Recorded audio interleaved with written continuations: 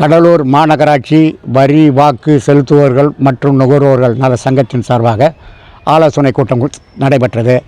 அந்த கூட்டத்தில் கடந்த 2 நாட்களாக கடலூர் மாநகராட்சியில் நடைபெற்று வரும் முற்றுகை போராட்டம் குறித்து ஆலோசித்தது.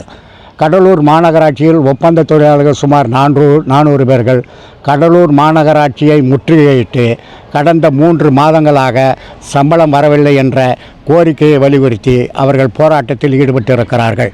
அவர்களுக்கு ஒப்பந்த தொழிலாளர்கள் சிட்டி கிளீன் என்ற ஒப்பந்தம் அவர்களுக்கு சரியான முறையான சம்பளம் வழங்காததன் காரணமாக அந்த நிலையை வலியுறுத்தி அதற்கான ஒரு தீர்வை காண கடலூர் மாநகராட்சியை முற்றுகையிட்டார்கள்.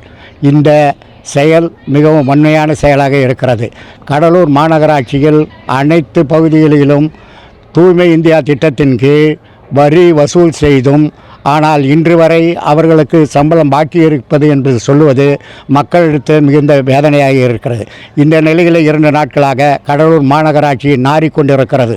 ஆகவே அவருடைய ஒப்பந்தத்தை ரத்து செய்து வேறொரு ஒப்பந்தத்தை ஏற்பாடு செய்து கடலூர் மாநகராட்சியை சுத்தமாக வைக்க வேண்டும் என்று கடலூர் மாநகராட்சி வரி வாக்கு அளிப்போர் செலுத்துவோர் மற்றும் நுகர்வோர் நல சங்கத்தின் சார்பாக கேட்டுக்கொள்கிறோம். அதோடு மட்டுமல்லாமல் கடந்த 1.5 ஆண்டுகளுக்கு மேலாக கடலூர் மாநகராட்சியில் சுகாதார அலுவலர் என்பவர் ஒருவர் கிடையாது என்பதும் அது கண்டனத்திற்குரியது என்பதும் உடனடியாக அவரை அந்த பதவியை உருவாக்கி அதற்கான நியமனத்தை உருவாக்க வேண்டும் என்று தமிழக அரசையும் கடலூர் மாநகராட்சி வரி வாக்கு செலுத்துவோர் நல சங்கம் கேட்டுக்கொள்கிறது.